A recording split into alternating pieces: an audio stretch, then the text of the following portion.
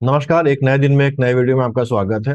हम लोग आप समीक्षा अधिकारी के एग्जाम के लिए हिंदी की सीरीज कंटिन्यू कर रहे हैं और यहाँ पर आज मैं पर्यायवाची का चौथा वीडियो आपके लिए लेके आया हूँ।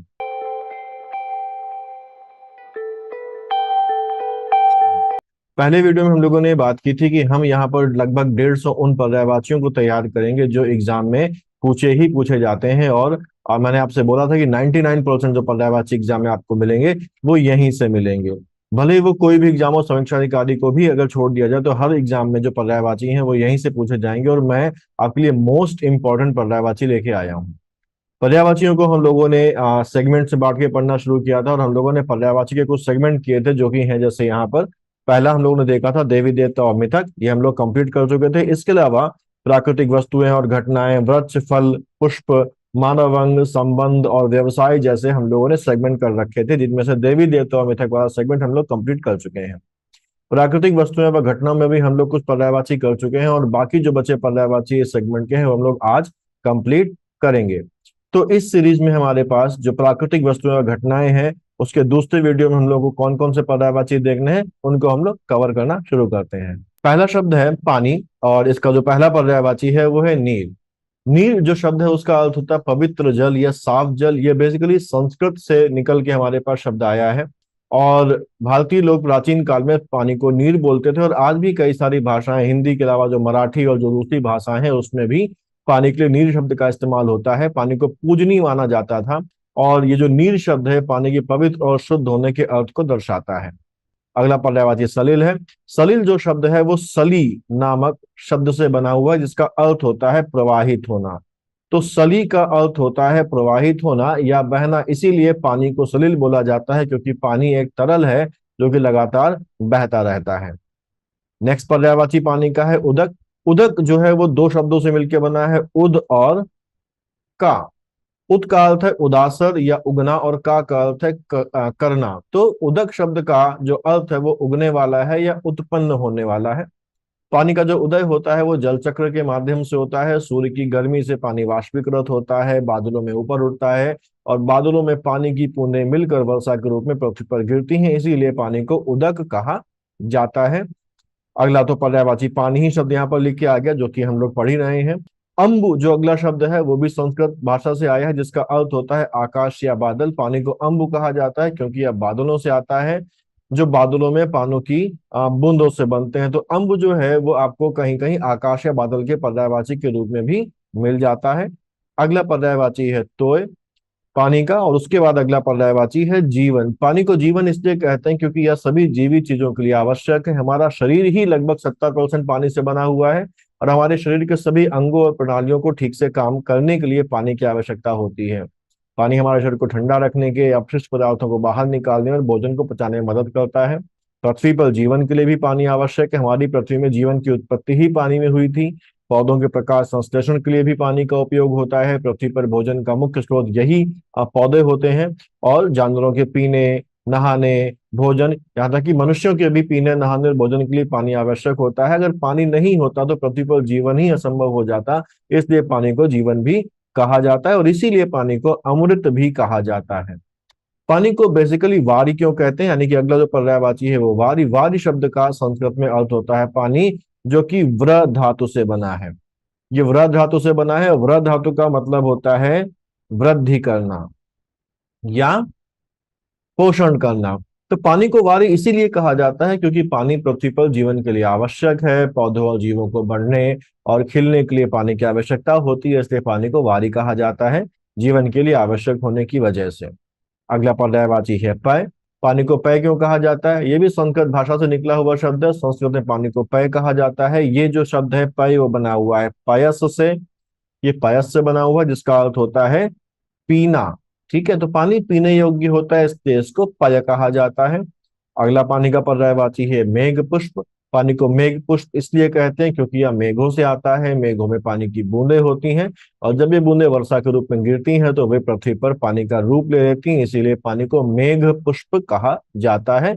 ये बेसिकली संस्कृत से आया है। संस्कृत में मेघ का अर्थ होता है बादल और पुष्प का अर्थ होता है फूल, क्योंकि ये बादलों से जन्म लेते हैं, इसलिए मेघ पुष्प का अर्थ है बादलों का फूल, जो प्रतीक है किसका, पानी जो मेघों से बरसता है उसका। पानी का अगला पर्यायवाची है अम्ब। अम्ब बेसिकली संस्कृत का एक शब्द है जिसका अर्थ होता है जल या पानी। ये प्राचीन काल से उपयोग में लाया जा रहा शब्द है, और प्राचीन काल में ऋग्वेद और जो दूसरे संस्कृत ग्रंथ हैं उनमें पानी के लिए अम्ब शब्द का प्रयोग किया गया है। ऋग्वेद में एक मंत्र भी है जिसमें कहा गया है अम्भो ज्योतिर्जयोति, अम्भो अमृतचा, अम्भो हृदय देवस्य, जिसका अर्थ है जल प्रकाश है, जल अमृत है और जल देवता का हृदय है। तो अम्ब भी पानी का एक पर्यायवाची है जो ऋग्वेद वगैरह में पानी के पर्याय के रूप में प्रयोग किया गया है।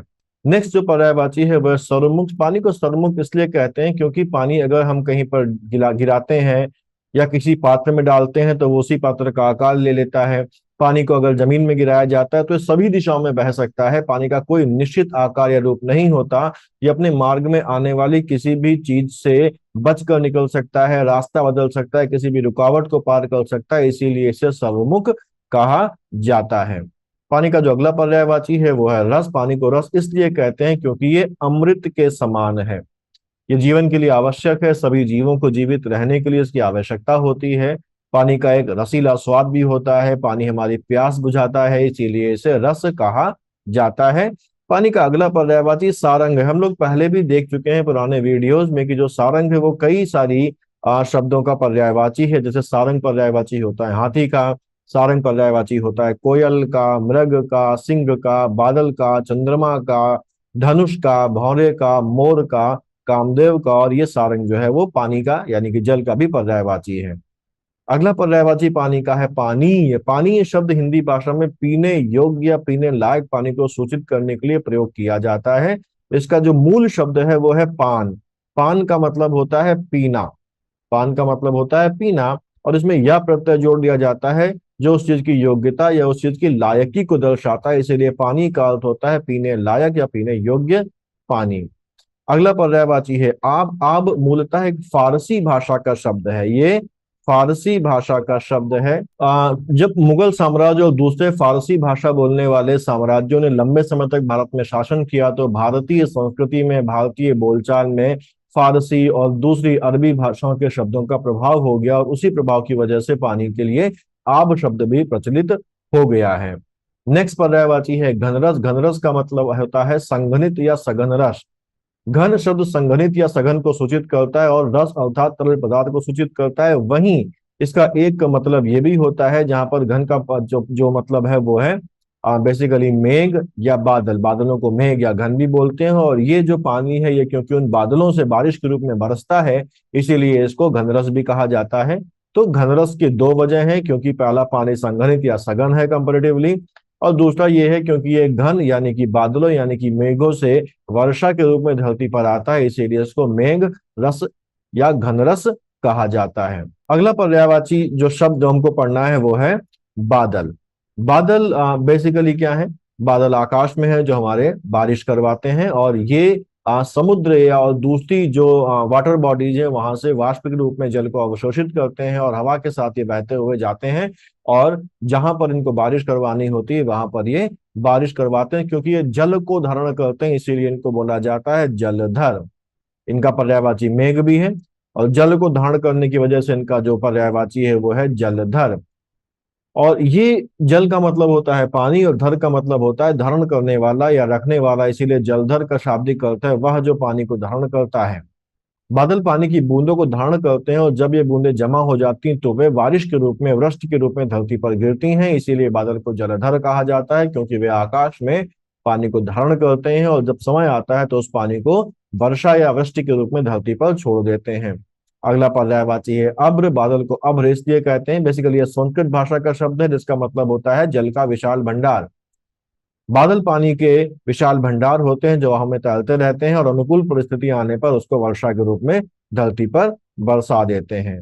अगला पर्यायवाची है वारिद। वारी जो है वो पर्यायवाची होता है जल का, और दा का मतलब होता है देने वाला। तो वारिद इसलिए कहा जाता है क्योंकि ये जल देते हैं या वर्षा देते हैं, और इसी वजह से इसका अन्य पर्यायवाची भी है जैसे वारिवाह, वारिधर यानी कि जल को धारण करने वाला। तो अगला पर्यायवाची है धराधर। धराधर का शब्द का मतलब होता है धरती को पानी देने वाला। बादल वर्षा के रूप में पृथ्वी को पानी देते हैं इसलिए उन्हें धराधर कहा जाता है। अगला पर्यायवाची है बलाहक। ये शब्द भी बादल के लिए किया जाता है। बलाहक का अर्थ होता है वह जो भार उठा रहा है या जो कुछ ले जा रहा है। बादल क्योंकि पानी की बूंदों को समय समय पर लेकर चलते हैं, और जब सही परिस्थितियां होती हैं, अनुकूलतम परिस्थितियां होती हैं पर्यावरण की, वातावरण की, तो वे उसे वर्षा के रूप में धरती पर गिरा देते हैं। इस प्रकार बादल जो है वो जल का भार उठा रहे होते हैं और वहीं उसे धरती पर वर्षा के रूप में गिरा भी रहे होते हैं। इसीलिए बादल को बलाहक कहा जाता है, क्योंकि वो पानी का भार उठाते हैं और समय आने पर उसे वर्षा के रूप में धरती पर बरसा देते हैं। अगला पर्यायवाची घन है। ऐसे ही जीमूत, नीरद, पयोद भी इसके पर्यायवाची हैं। बलाहद भी उसी कारण से इसका पर्यायवाची है जिस कारण से बलाहक इसका पर्यायवाची था। अम्बुद, अम्बु जल का पर्यायवाची है, और दा मतलब जो जल को धारण करके उसको धरती को देता है, इसलिए इसको अम्बुद, नीरद, पयोद, जलद भी कहते हैं। अगला पर्यायवाची है अर्णोद। अर्णोद शब्द का प्रयोग हिंदी में बादल के लिए होता है। वास्तव में यह संस्कृत भाषा का ही शब्द है, जहां अर्ण या अर्णः का अर्थ होता है समुद्र। अर्णोद शब्द समुद्र से उठकर आने वाले बादलों को सूचित करता है, जो जल को अपने में संचारित करते हुए, समाहित करते हुए आते हैं और वर्षा करवाकर जाते हैं। तो अर्णो शब्द का प्रयोग बादल के उस विशेष रूप के लिए होता है जो समुद्र से जल उठाकर स्थलीय प्रदेशों में वर्षा के रूप में गिराते हैं। नेक्स्ट पर्यायवाची है पर्जन्य। पर्जन्य, पर्जन्य हिंदी और संस्कृत दोनों ही भाषा में प्रयोग किया जाता है, जिसका संबंध वर्षा और बादल से है। पर्जन्य वैदिक काल में वर्षा के देवता के रूप में प्रस्तुत किया गया था। ये वर्षा के देवता के रूप में पूजे भी जाते थे। उन्हें बादल, गरजना और वर्षा की घटनाओं से जोड़ा जाता था। ये माना जाता था कि पर्जन्य अपनी गर्जना से बादलों को आवाज देते हैं और बादलों के रूप में जो वर्षा के रूप में वो पृथ्वी पर अपना आशीर्वाद प्रदान करते हैं। इसीलिए बादलों और वर्षा को पर्जन्य के नाम से संबोधित किया जाता है। इंद्र को भी वर्षा का देवता माना जाता है वैसे तो पर्जन्य शब्द का प्रयोग बादल और वर्षा दोनों के संदर्भ में होता है, क्योंकि पर्जन्य वैदिक समय में इन घटनाओं के प्रतीक रूप में माने जाते थे। इसीलिए आज भी बादलों को पर्जन्य भी कहा जाता है।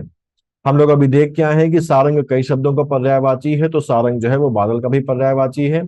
इनको पयोदर भी बोलते हैं, क्योंकि पय का मतलब होता है जल और उसको धारण करने वाले, इसलिए ये पयोधर हैं। इसीलिए ये जलद हैं। और क्योंकि ये पूरे जग को वर्षा रूपी जो जीवनदायिनी शक्ति है वो प्रदान करते हैं, इसीलिए इनको जग जीवन भी कहा जाता है। अगला जो पर्यायवाची जिनका हमको देखना है जिस शब्द का, वो है वर्षा। वर्षा के पर्यायवाची बहुत आसान है, बहुत सिंपल है। जिनमें से पहला हमारे पास है पावस। पावस जो शब्द है उसका अर्थ होता है वर्षा का मौसम। वर्षा का मौसम पावस का शब्द का होता है, और इस शब्द का प्रयोग भारत में वर्षा के मौसम के लिए किया जाता है, जो आमतौर से जून से सितंबर तक चलता है। वर्षा का दूसरा पर्यायवाची है वृष्टि, बारिश, वर्षण, बरसात। और अगला जो पर्यायवाची है चौमासा। वर्षा को चौमासा इसलिए कहा जाता है क्योंकि वर्षा का जो महीना होता है वो 4 महीने, या वर्षा का जो मौसम मौसम होता है वो 4 महीने तक चलता है। हिंदू पंचांग के अनुसार वर्षा जो ऋतु है वो श्रावण, भाद्रपद, आश्विन और कार्तिक के महीनों में होती है। इन 4 महीनों को मिलकर चौमासा कहा जाता है। चौमासा मतलब हिंदी में चौ और मास से बना है। चौ का अर्थ होता है 4 और मास का अर्थ होता है महीना, इसीलिए चौमासा का अर्थ होता है 4 महीने। इस चौमासा के समय में वर्षा अधिक होती है, इसीलिए इसे वर्षा ऋतु कहा जाता है। इस समय किसान अपने खेतों में फसलें बोते हैं, रोपण करते हैं। वर्षा से फसलों को भरपूर पानी मिलता है, जिससे वे अच्छी तरीके से उग पाती हैं। इसके अलावा जो अगले पर्यायवाची हैं वह वर्षा ऋतु, बरखा और मेघ। वर्षा के बाद जो अगला पर्यायवाची है, इस जो शब्द हमको देखना है वो है बिजली। बिजली का जो पहला हमारे पास पर्यायवाची शब्द आ रहा है वो है चंचला। शब्द का जो अर्थ होता है वो होता है अस्थिर, अनिर्धारित, या जिसकी जो प्रवृत्ति है वो अनियमित हो। बिजली की प्रकृति अचानक और अनपेक्षित होती है। वह एक स्थान से दूसरे स्थान पर तेजी से चलती है और उसकी गतिविधियां अस्थायी और अनपेक्षित होती हैं। इस विशेषता को ध्यान में रखते हुए बिजली को चंचला कहा जाता है, क्योंकि यह तेजी से और अप्रत्याशित रूप से चलती है और इसकी उपस्थिति और अनुपस्थिति अनियमित होती है। अगला पर्यायवाची जो बिजली का है वो है चपला। चपला इसलिए कहते हैं क्योंकि बहुत तेजी से चलती है, बहुत चपलता से चलती है, और जब बादलों के बीच या बादल और जमीन के बीच बिजली चमकती है तो केवल कुछ क्षणों के लिए, कुछ मिली सेकंड्स के लिए ही दिखाई देती है। प्रकाश की गति के लगभग बराबर बिजली की गति होती है, जो लगभग 3 लाख किलोमीटर प्रति सेकंड है। चपला शब्द का अर्थ मैंने बताया चपल या तेज होता है, जो कि संस्कृत भाषा से आया है, और क्योंकि इसकी गति बहुत तेज होती है इसलिए इसे चपला कहा जाता है। इसका अगला जो पर्यायवाची वो विद्युत है। विद्युत के बाद अगला पर्यायवाची दामिनी है। दामिनी शब्द का मतलब होता है चमकदार या प्रकाशमय, जो बिजली के चमकदार प्रकाश का वर्णन करने के लिए इस्तेमाल किया जाता है। अगला पर्यायवाची सौदामिनी है, जो बिजली के लिए भी प्रयुक्त किया जाता है, और ये दो हिस्सों से बना हुआ है, सौ धन दामिनी। यानी कि 100 का मतलब होता है सत या संख्या 100, और दामिनी का अर्थ होता है जो चमकती या जलती। तो सौदामिनी शब्द का जो अर्थ है वो है 100 चमकती हुई चीजें, जिससे बिजली की चमक या तेज रोशनी को दर्शाया जाता है। बेसिकली भाषिक और काव्यिक रूप में बिजली के जोरदार या चमकीले प्रकोप को व्यक्त करने के लिए इसे रूपक के रूप में इस्तेमाल किया जाता है। अगला पर्यायवाची है बिजली का तड़ित। तड़ित इसलिए कहते हैं क्योंकि तीव्र विद्युत आवेश का प्रवाह होता है जो वातावरण में अचानक से उत्पन्न होता है, और इस आवेश के प्रवाह की के कारण प्रकाश और ध्वनि उत्पन्न होती है। प्रकाश को तड़ित बोला जाता है, और जो ध्वनि उत्पन्न होती है उसको गर्जन कहा जाता है। नेक्स्ट है बिजुरी। ऐसे ही क्षण प्रभा। क्षण प्रभा क्यों? क्योंकि देखिए दो शब्दों से बना हुआ, एक क्षण और दूसरा प्रभा। तो ये क्षण का मतलब होता है पल या एक क्षण, जबकि प्रभा का अर्थ होता है प्रकाश या चमक। हमको सबको पता है कि बिजली का जो प्रकाश है, जो आकाशीय बिजली उसका जो प्रकाश है वो बहुत ही अल्प समय के लिए होता है। इसीलिए क्षण प्रभा जो शब्द है वो बिजली के उसी अल्पकालिक और तेज प्रकाश को दर्शाने के लिए किया जाता है। ऐसा ही छपा भी इसका एक पर्यायवाची है। छपा रात का भी पर्यायवाची होता है। ऐसे ही पीत प्रभा। पीत प्रभा शब्द हिंदी में बिजली को सूचित करने वाला एक शब्द है। पीत का अर्थ होता है पीला या सुनहरा, और प्रभा का अर्थ होता है प्रकाश या चमक। इस प्रकार जो पीत प्रभा का अर्थ है वो सुनहरी चमक, जैसा कि बिजली की चमकने पर आती है, वो इसको दर्शाता है। और जब भी गरजने और बिजली चमकने का दृश्य हमारे सामने आता है तो आकाश में एक तीव्र और सुनहरी प्रकाश की चमक दिखाई देती है, जिसे पीत प्रभा के रूप में दर्शाया जाता है। अगला है घन वल्ली। घन का मतलब होता है बादल, और वल्ली का मतलब होता है बेल। तो जब बिजली चमकती है तो ऐसा लगता है कि बादलों में एक चमकदार बेल उत्पन्न हो गई है, इसीलिए इसको बादलों की बेल या घनवल्ली कहा जाता है। बिजली क्योंकि कौंधती है, अचानक से आती है और गायब हो जाती है, इसलिए इसको कौंधा भी कहते हैं। बिजली को चंपा भी कहा जाता है। ये चंपा जो शब्द है ये बिजली की चमकदार, चमकीली और तेज रोशनी को दर्शाने के लिए किया जाता है। जब बिजली चमकती है तो वो तेज और चमकीली रोशनी पैदा करती है, जिससे आसपास का पूरा आकाश, पूरा इलाका रोशन हो जाता है, और इसी तेज और चमकीली रोशनी को दर्शाने के लिए चंपा जैसे शब्दों का इस्तेमाल किया जाता है। अशिन जो अगला शब्द है उसका अर्थ होता है अप्रत्याशित या अनपेक्षित। यह संस्कृत भाषा से आया हुआ शब्द है, और क्योंकि बिजली की घटना, बिजली चमकना एक अप्रत्याशित घटना है जिसको पहले से नहीं बताया जा सकता कि कब और कहां पर बिजली चमकेगी, इसीलिए इसे अशिन भी कहा जाता है। कांचनवल्ली भी लगभग वही है जैसे घनवल्ली था, बस यहाँ पर कांचन शब्द पहले लग गया, और कांचन का मतलब होता है, ये शब्द बेसिकली कंचन से आया है, और कंचन का मतलब होता है सोना या स्वर्ण, और वली का मतलब होता है यहाँ पर वही बेल। ठीक है, तो यहाँ पर जब बिजली चमकती है तो सुनहरी रोशनी, चमकीली रोशनी आती है, इसीलिए इसको सोने की बेल भी कहा जाता है, सोने की धारा भी कहा जाता है, और उसी से शब्द निकल के आया है कांचन वल्ली। कांचनवल्ली। और अब बिजली के बाद जो अगला पर्यायवाची शब्द हम लोगों को देखना है वो है नदी। नदी के कई सारे पर्यायवाची हैं। पहला पर्यायवाची शब्द है इसका तरंगिणी। तरंगिणी शब्द संस्कृत से आया है, जिसका मूल अर्थ होता है तरंगों वाली या लहरों वाली। नदी में जल की धारा हमेशा गतिशील रहती है, इसमें तरंगे उत्पन्न होती हैं। इस गतिशीलता और तरंगों को दर्शाते हुए नदी को कवियों और लेखकों ने तरंगिणी कहा है। गहरे अर्थ में अगर देखें तो तरंगड़ी शब्द नदी की संतुलित, सुंदर और गतिशील प्रकृति को प्रकट करता है।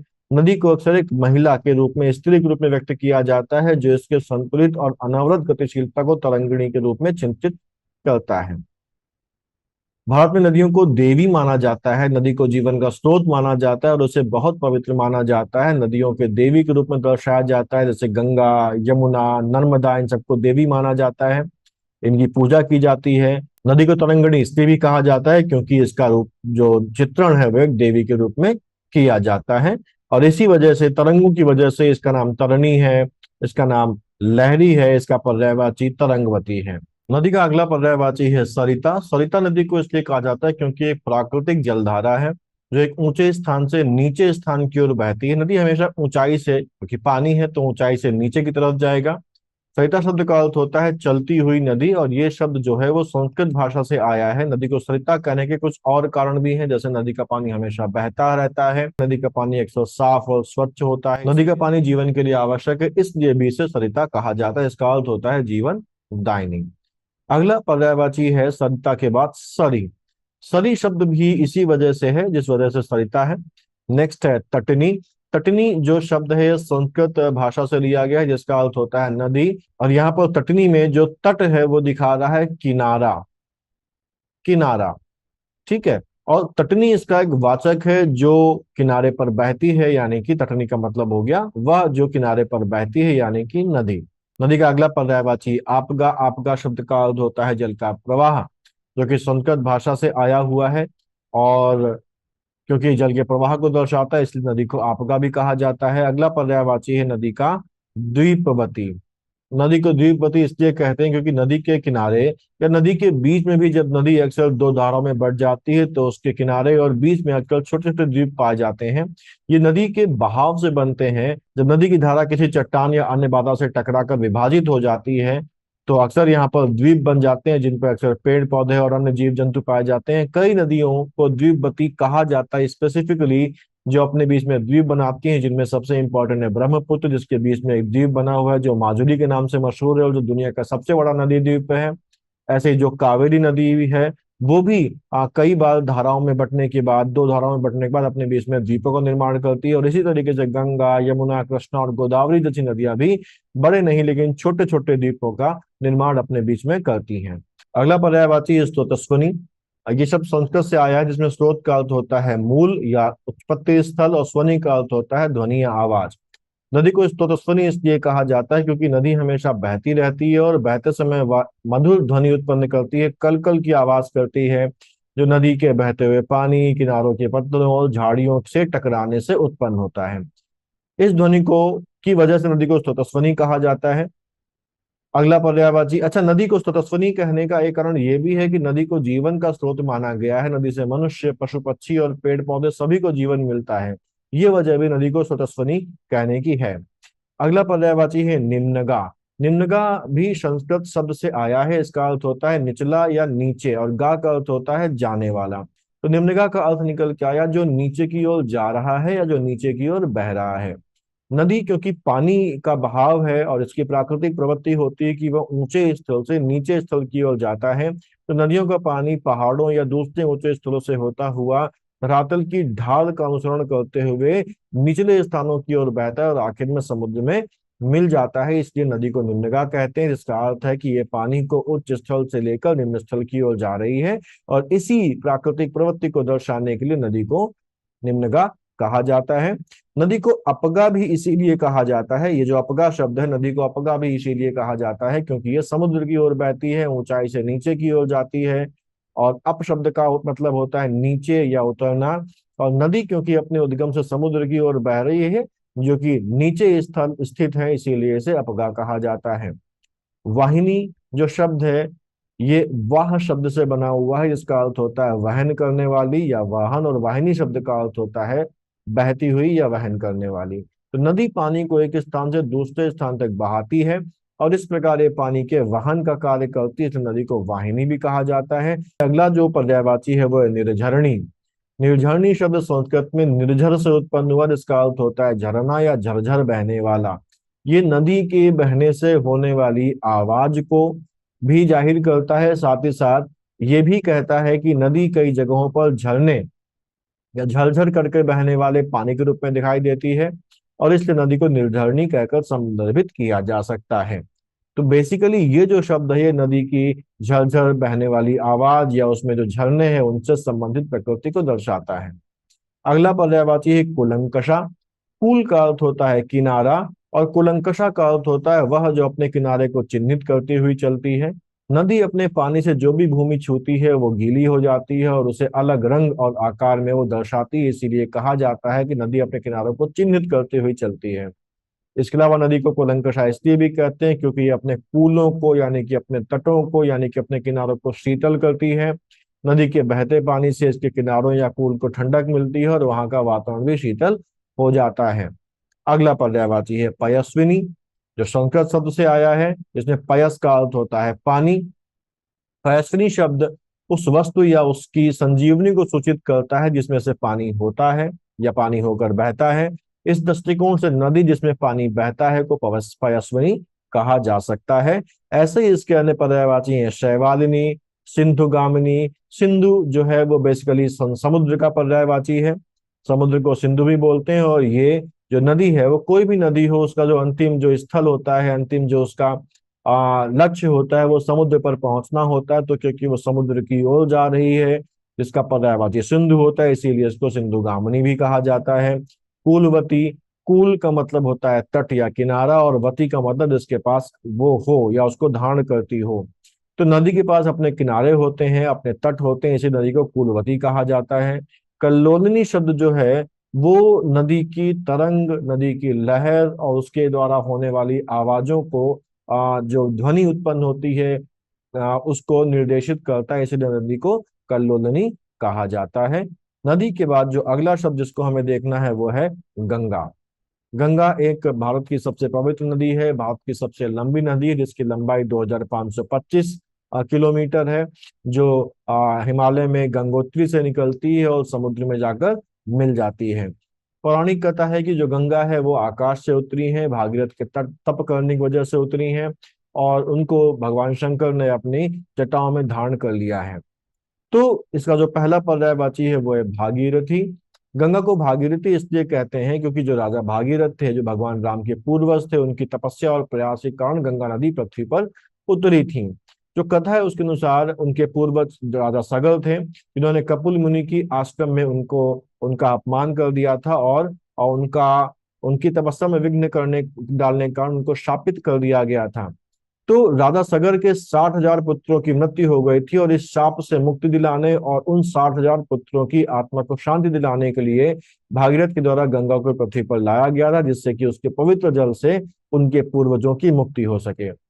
भागीरथ ने इसके लिए अनेक वर्षों तक तपस्या की थी, और अंत में गंगा की धारा को जमीन धरती पर आने के लिए उन्होंने वरदान दिया था। लेकिन गंगा की धारा इतनी शक्तिशाली थी कि अगर वो सीधे धरती पर गिरती तो धरती नष्ट हो सकती थी, पृथ्वी नष्ट हो सकती थी। तो उन्होंने भगवान शंकर से प्रार्थना की कि वो कुछ उपाय से निकालें। तो भगवान शंकर ने गंगा की धारा को अपनी जटाओं पर धारण कर लिया था, जिससे कि उसकी जो गति थी वो मंद हो गई थी। और इस प्रकार राजा भागीरथ की कठिनाइयों और प्रयासों के बाद गंगा पृथ्वी पर अवतरित हुई, जिसके पवित्र जल से राजा सगर के पुत्रों की मुक्ति हुई। इस घटना के स्मृति में ही गंगा को भागीरथी कहा जाता है। और क्योंकि गंगा जो है भगवान शंकर की जटाओं में समाहित हुई और वहां से फिर पृथ्वी पर आई, इसीलिए उनको जटा शंकरी कहा जाता है, क्योंकि भगवान शिव के शीश पर वो हैं, भगवान शिव ने अपने शीश पर धारण किया, जिनको शिव शीश धारणी भी कहा जाता है। गंगा का एक नाम जानवी भी है, और गंगा को जानवी क्यों कहते हैं उसके लिए कई सारी पौराणिक कथाएं हैं, जिनमें अलग अलग कांड बताए गए हैं। कथा के अनुसार ये ऋषि जाह्नू की पुत्री है, और क्योंकि ऋषि जाह्नू की पुत्री इस दिन को जाह्नवी कहा जाता है। एक दूसरी पौराणिक कथा भी ऋषि जाह्नू से संबंधित है, जिसके अनुसार गंगा जो है वो अपनी तीव्र गति की वजह से तपस्या में मग्न ऋषि जाह्नू के कमंडल और दूसरे सामान को अपने साथ बहा ले गई थी। और जब ऋषि जाह्नू की आंख खुलती है और उनको अपना सामान नहीं दिखता है, तो वे क्रोधित हो जाते हैं और गंगा को अपने कान में पी लेते हैं। तब उसके बाद जो भागीरथ ऋषि हैं वो जाह्नू ऋषि से प्रार्थना करते हैं कि वो गंगा को छोड़ दें, जिससे वो अपने पूर्वजों के उद्धार के लिए उनका उपयोग कर सके। जाह्नू ऋषि भागीरथ ऋषि की प्रार्थना स्वीकार कर लेते हैं और गंगा को अपने कान से बाहर निकाल देते हैं। तो यहाँ पर इस प्रकार से गंगा का दूसरा जन्म हुआ, और इसलिए उन्हें जाह्नवी नाम दिया गया। एक दूसरी कथा के अनुसार गंगा का जन्म हिमालय के गंगावतरण नामक स्थान पर हुआ था, और यहाँ पर गंगा जी की एक धारा एक जलकुंड में गिरती है, जो कि जाह्नू ऋषि के आश्रम के पास था, इसीलिए गंगा को जाह्नवी नाम से भी जाना जाता है। एक और कारण है कि गंगा जी के जल में जाह्नू ऋषि की तपस्या का प्रभाव है। इस जल में पवित्रता और शुद्धता का अद्भुत प्रभाव है, जो बेसिकली जाह्नू ऋषि की तपस्या की वजह से आया। इसीलिए गंगा जो है वो सभी पापों को धोकर मन को निर्मल कर देती हैं, और इस वजह से गंगा को जाह्नू कहा जाता है। तो अलग अलग जो कथाएं हैं उनके अनुसार सभी में जाह्नू ऋषि का कोई ना कोई प्रभाव है, और सभी के वजह से गंगा जी को जाह्नू या जाह्नवी भी कहा जाता है। अगला पर्यायवाची त्रिपथगा है। त्रिपथगा शब्द संस्कृत भाषा से आया है, जहां पर त्रि का मतलब होता है तीन और पथगा का मतलब होता है मार्ग पर चलने वाली या पथ पर जाने वाली। गंगा को त्रिपथगा इसलिए कहते हैं क्योंकि ये मान्यता है कि गंगा जो है वो तीनों लोकों में बहती है, स्वर्ग यानी कि आकाश में, पृथ्वी और पाताल यानी कि नरक या अधोलोक में भी गंगा का बहाव है। ये मान्यता बेसिकली पौराणिक कथाओं से आती है, जहाँ गंगा को ब्रह्मा के कमंडल से उत्पन्न होने वाली नदी माना जाता है, जो स्वर्ग में बही और स्वर्ग से फिर पृथ्वी पर आई और फिर पृथ्वी पर आने के बाद वो पाताल में भी बही। तो गंगा की इसी तीनों लोक में बहने की जो घटना है, इसको दर्शाने के लिए उन्हें त्रिपथगा कहा जाता है। इस त्रैलोक्य प्रवाह का जो महत्व है वो भारतीय धार्मिक और सांस्कृतिक जीवन में बहुत अधिक है, और इसकी पावनता और महत्व को दर्शाने के लिए ऐसे उपनाम का प्रयोग गंगा के लिए किया जाता है। अगला पर्यायवाची गंगा का देव नदी है। देव नदी इसलिए कहा जाता है क्योंकि गंगा हिंदू धर्म में एक पवित्र नदी है। गंगा नदी को देवी माना जाता है। माना जाता है कि गंगा सभी पापों को धो देती है, मोक्ष प्रदान करती है। गंगा नदी के जो जल का उपयोग पूजा अर्चना, दाह संस्कार और दूसरे धार्मिक अनुष्ठानों में किया जाता है। गंगा नदी के इसी महत्व को देखते हुए उसे देव नदी कहा जाता है। साथ ही साथ गंगा जी की कुछ धार्मिक मान्यताएं भी हैं। ये माना जाता है गंगा नदी का उद्गम ब्रह्मांड के रचयिता ब्रह्मा के मस्तक से हुआ था। गंगा नदी में भगवान शिव का आशीर्वाद है। गंगा नदी में स्नान करने से सभी पापों का नाश होता है। गंगा नदी में दाह संस्कार करने से मृत व्यक्ति को मोक्ष मिलता है। तो इन सब वजहों से गंगा नदी को देव नदी कहा जाता है। इसीलिए इन्हें सुरसरी भी कहा जाता है, इन्हें देवपगा भी कहा जाता है। देव धन अपगा, जहाँ पर देव मतलब देवता और अपगा मतलब नदी। देव सरी भी कहा जाता है, जहाँ पर सरी का नदी होता है। ऐसे ही सुरसरित भी गंगा को कहा जाता है। गंगा का एक नाम मंदाकिनी भी है। मंदाकिनी बेसिकली एक और नदी भी है जो ऊपर उत्तराखंड में अलकनंदा और दूसरी नदियों के साथ मिलकर गंगा की मुख्य धारा का निर्माण करती हैं। लेकिन गंगा को भी मंदाकिनी कहा जाता है, इसलिए कहा जाता है क्योंकि ये माना जाता है कि गंगा का जो प्रवाह है वो मंद है, यानी गंगा धीमे और शांत प्रवाह के कारण प्रसिद्ध है। गंगा का प्रवाह धीमा है, शांत है, मंद है, इसीलिए इसको मंदाकिनी भी कहा जाता है।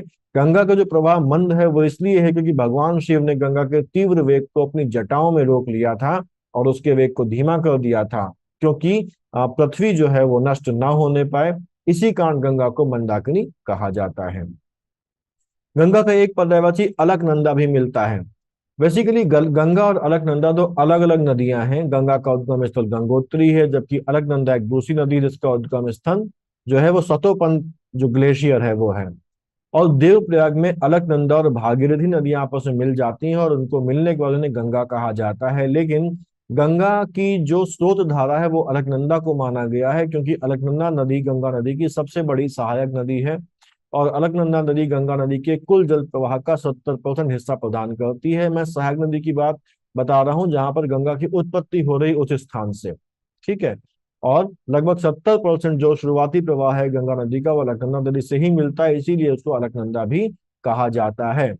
अगला पर्यायवाची है विष्णुपदी। वामन अवतार जब भगवान विष्णु का हुआ था तो उन्होंने राजा बलि के द्वार पर जाकर बलि से 3 पग भूमि मांगी थी, और बलि का दान मापने के लिए जब उन्होंने अपने पग बढ़ाए तो पहले पग में उन्होंने अपनी सारी धरती, दूसरे पग में सारा ब्रह्मांड माप लिया था। और इसी क्रम में द्रोण पर्वत से उनके पैर को ठोकर लग जाती है और उनके अंगूठे से खून निकलने लगता है। कहते हैं इसी रक्त को ब्रह्म भगवान ने, ब्रह्म देवता ने अपने कमंडल में भर लिया और यही गंगा जल कहलाया। एक दूसरी मान्यता ये भी है कि जब सारा ब्रह्मांड मापते हुए वामन वामन भगवान का पग ब्रह्मलोक पहुंचा तब वहां ब्रह्मा जी ने उनके पैर धुलवाए थे, और इसी पैर के चरणामृत को हिमालय पर्वत ने अपनी अंजलि में ग्रहण किया था। इससे गंगा उन्हें पुत्री के रूप में प्राप्त हुई थी। अगला पर्यायवाची गंगा का शुद्ध ध्वनि है। गंगा को शुद्ध ध्वनि इसलिए कहा जाता है क्योंकि इसका जो प्रवाह होने से जो इसकी ध्वनि निकलती है, जो इसका संगीत निकलता है वह बहुत ही मधुर है। ऐसा माना लगता है जैसे कोई देवता वीणा बजा रहा हो। और गंगा के बहाव की ये जो ध्वनि है मन को शांति और आनंद प्रदान करती है, इसीलिए गंगा को सुर ध्वनि भी कहा जाता है। गंगा को सुर ध्वनि के अलावा देव ध्वनि भी कहा जाता है। एक और पर्यायवाची ध्रुव नंदा भी है। गंगा को ध्रुव नंदा इसलिए कहा जाता है क्योंकि यह ध्रुव तारे की तरह सदैव स्थिर और अटल है। जैसे ध्रुव तारा उत्तर की दिशा में हमेशा एक ही दिशा में स्थिर रहता है, ठीक उसी तरह गंगा नदी भी अपने प्रवाह में कभी भी विचलित नहीं होती है, इसीलिए गंगा को ध्रुव नंदा भी कहा जाता है। अगला पर्यायवाची नदीश्वरी है। गंगा को नदीश्वरी इसलिए कहा जाता है क्योंकि ये भारत की सबसे पवित्र नदी है। ये हिंदू धर्म में एक देवी के रूप में पूजी जाती है। हिंदू मान्यताओं के अनुसार गंगा नदी देवी गंगा का अवतार है, और देवी गंगा एक पवित्र और दयालु देवी हैं जो मोक्ष प्रदान करती हैं और पापों को धोती हैं। सभी नदियों की ये देवी हैं, सभी नदियों में ये प्रमुख हैं, इसलिए इनको नदीश्वरी कहा जाता है। गंगा को स्वर्ग नदी भी कहा जाता है। एक पौराणिक कथा है कि जब देवराज इंद्र ने गौतम ऋषि की पत्नी अहिल्या से दुराचार किया, तो इससे देवलोक की जो शुचिता है वो नष्ट हो गई थी। स्वर्ग अपवित्र हो गया था, और स्वर्ग को फिर से पवित्र करने के लिए जो ब्रह्मदेव हैं, जो ब्रह्मा हैं, उन्होंने गंगा से दोबारा स्वर्ग चलने का आग्रह किया, जिससे गंगा के बहाव से स्वर्ग की पवित्रता पुनः स्थापित हो सके। गंगा ने इसे स्वीकार किया और वे स्वर्ग में बहने लगी, और इस तरह से वे देव नदी कहलाई, और इसीलिए उन्हें नभो नदी और नभ गंगा भी कहा जाता है। अगला शब्द है यमुना। यमुना को जमुना कहा जाता है भारत में। वैसे यमुना के बारे में हम लोग ये जान लें कि जो यमुना है वो सूर्य की पुत्री है, सूर्य के एक पुत्र भी है जिसका नाम है यम। यम जो कि मृत्यु के देवता हैं, यम जो कि काल हैं। तो यहाँ पर ये ध्यान रखने वाली बात है कि यमुना किसकी पुत्री है? यमुना सूर्य की पुत्री है, और यमुना जो है वो यम यानी कि यमराज की बहन है जो कि स्वयं काल है। साथ ही साथ यमुना का जो रंग है वो काला माना जाता है, यमुना का रंग काला है। तो यमुना क्योंकि सूर्य की पुत्री है, तो इनके बहुत सारे पर्यायवाची ये दर्शाने के लिए हैं कि यह सूर्य की पुत्री है, जैसे सूर्य तनया, भानुजा। सूर्य मतलब सूर्य, तनया मतलब पुत्री, भानुजा यानी कि भानु की, जा यानी कि भानु की पुत्री। तरणि तनुजा, तरणि सूर्य का पर्यायवाची है, तनुजा मतलब उसकी पुत्री। ऐसे ही रवि तनया, रवि सुता,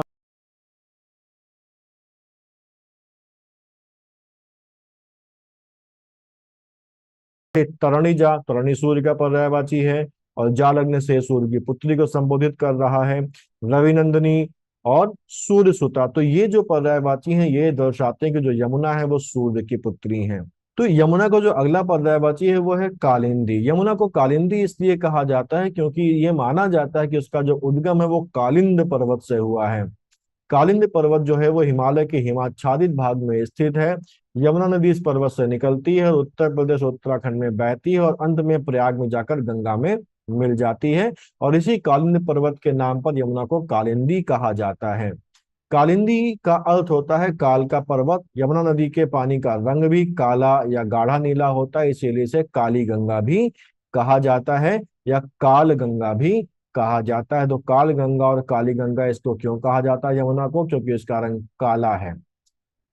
कृष्णा जो शब्द है वो भी इसीलिए है क्योंकि ये कृष्णा का अर्थ होता है वह जिसका रंग काला हो, तो इसीलिए इनका नाम कृष्णा भी है। इसके बाद हमारे पास जो पर्यायवाची आते हैं वो है तरंग और किनारा। ये बहुत सिंपल से हैं। तरंग के जो पर्यायवाची हैं वो है लहर, हिलोर, उर्मी, वीची, उल्लोल, लहरी और मौज। ऐसे किनारा का जो पर्यायवाची है वो है तीर, तट, कूल, बेला तट, पुलिन, छोर, सिरा, पर्यंत, कगार और साहिल। जो अगला पर्यायवाची है हमारा समुद्र। समुद्र के कई सारे पर्यायवाची हैं जिनमें से कुछ बड़े आसान हैं और कुछ हमको समझने हैं। जैसे सागर, हम सब जानते हैं समुद्र का पर्यायवाची सागर होता है। अगला पर्यायवाची पारावर है। पारावर समुद्र को कहते हैं क्योंकि वह चारों ओर से भूमि से घिरा है। संस्कृत में पार का अर्थ होता है किनारा या सीमा, और वार का अर्थ होता है घेरना। इ- इसलिए पारावर का अर्थ होता है जो चारों ओर से किनारों से घिरा हुआ है। समुद्र के चारों ओर किनारे होते हैं, इसलिए इसको पारावर कहा जाता है। इसको पारावर कहने के पीछे एक और कारण है कि समुद्र एक बहुत विशाल जलाशय के रूप में दिखाई पड़ता है। पृथ्वी के सतह का लगभग 3/4 हिस्सा समुद्र घेरता है, और सागर इतना विशाल और अथाह है कि ये माना जाता था कि उसको पार करना असंभव है, या उसको पार जाने वाला व्यक्ति ही उसकी विशालता को महसूस कर सकता है। तो ये वजह भी समुद्र को पारावर कहने की है। समुद्र जो है वो जल का बहुत विशाल भंडार है, वो जल को धारण करता है, जल का स्थल है। सभी नदियों का पानी जाकर समुद्र में मिल जाता है। तो क्योंकि समुद्र जल को धारण करता है, जल की निधि है समुद्र, और बहुत ज्यादा पानी समुद्र में है, इसीलिए उसको जलधि कहा जाता है, पयोधि कहा जाता है, जलधाम कहा जाता है, पयोनिधि कहा जाता है, अवधि, नीरनिधि, नीरधि, वारिधि, वारिश कहा जाता है। क्योंकि जो सभी नदियां हैं वो अंत में जाकर मिल जाती हैं समुद्र में, अपने उद्गम स्थल से वो कहाँ पर जाती हैं, समुद्र में जाती हैं, इसलिए उसको नदियों का स्वामी या नदीश भी कहा जाता है। समुद्र को रत्नाकर भी कहा जाता है। रत्नाकर बेसिकली ये एक संस्कृत शब्द है जिसका अर्थ होता है रत्नों का स्रोत या रत्नों की खान। सागर को रत्नाकर कहा जाता है क्योंकि प्राचीन काल में माना जाता था कि समुद्र में अनेक प्रकार के मूल्यवान रत्न पाए जाते हैं। आज भी समुद्र में बहुत सारे खनिज पदार्थ पाए जाते हैं, पेट्रोलियम पाया जाता है, तो आज भी समुद्र रत्नाकर के रूप में ही सामने हमारे पाया जाता है। अच्छा, समुद्र मंथन की कथा में भी जब समुद्र को मंथित किया गया था तो उससे विभिन्न प्रकार के रत्न निकले थे, कुल 14 रत्न निकले थे।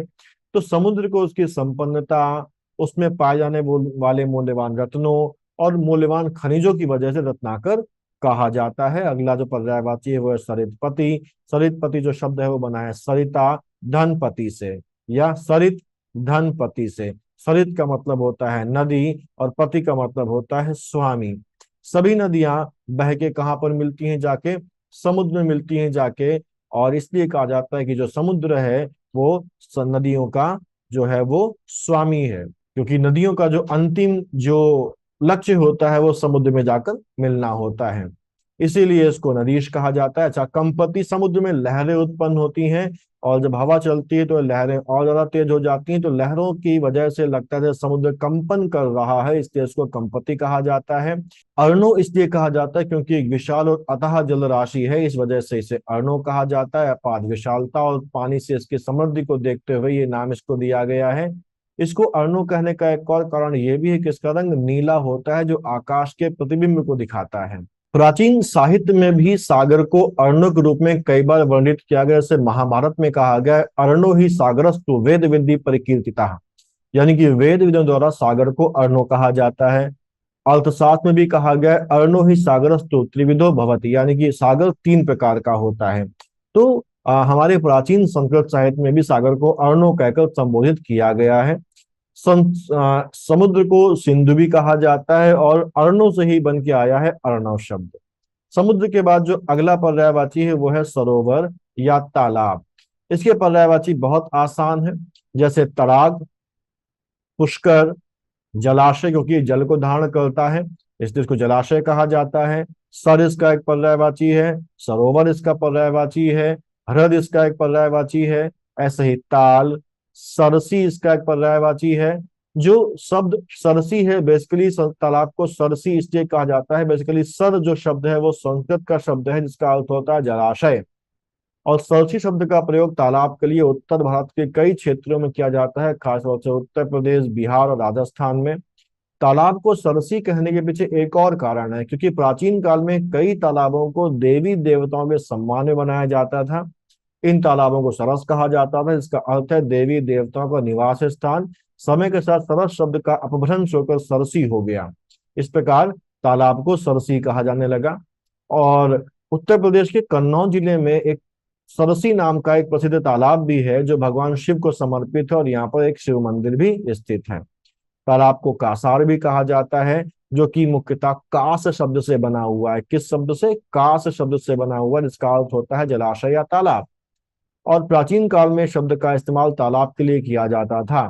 तालाब को कासार कहने के पीछे एक और कारण यह भी है कि तालाबों में अक्सर कास नाम की एक घास उगाती है, और जो तालाबों के किनारे और तल पर उगती है। कास घास का प्रयोग तालाबों के किनारे बाड़ लगाने के लिए भी किया जाता है। ये घास तालाबों को प्रदूषण से बचाती है, तो इस घास के उगने की वजह से भी इसको कासार कहा जाने लगा। ऐसे इसके जो दूसरे पर्यायवाची हैं वो है पोखर, छद, दह, जलकुंज, तलैया, पद्माकर, ये इसके और दूसरे पर्यायवाची हैं। तो यहां तक हम लोग इस वीडियो को रखते हैं। ये जो हमारा जो सेकंड सेगमेंट था जहां पर हमने प्राकृतिक वस्तुएं और अवयव के पर्यायवाची देखे थे वो यहाँ पर कंप्लीट होता है। अगले वीडियो में हम लोग अगले जो सेगमेंट है उसकी शुरुआत करेंगे और कोशिश करेंगे कि आगे आने वाले जो सेगमेंट है, क्योंकि वो छोटे छोटे हैं, तो एक वीडियो में एक पूरा सेगमेंट, या अगर वो और ज्यादा छोटे हुए तो एक वीडियो में दो दो सेगमेंट्स को हम लोग कवर करके इस टॉपिक को बहुत जल्दी खत्म करेंगे। तो साथ में बने रहिए। अगर वीडियो आपको पसंद आता है, कुछ वैल्यूएडिशन होता है, तो इसको शेयर करिए, लाइक करिए, कमेंट करके अपनी जो राय है मुझे बताइए। आप अच्छे अच्छे कमेंट कर रहे हैं, मुझे भी अच्छा लग रहा है और मुझे मोटिवेशन भी मिल रहा है और ज्यादा बेहतर करने के लिए मैं प्रेरित हो रहा हूँ। और भी नई नई चीजें हम लोग यहाँ पर लेके आएंगे जिससे कि आपका बेनिफिट हो सके, आपको एग्जाम में मदद मिल सके, आपकी तैयारी आसान हो सके। तो मिलते हैं अगले वीडियो में, तब तक के लिए कीप स्टडिंग।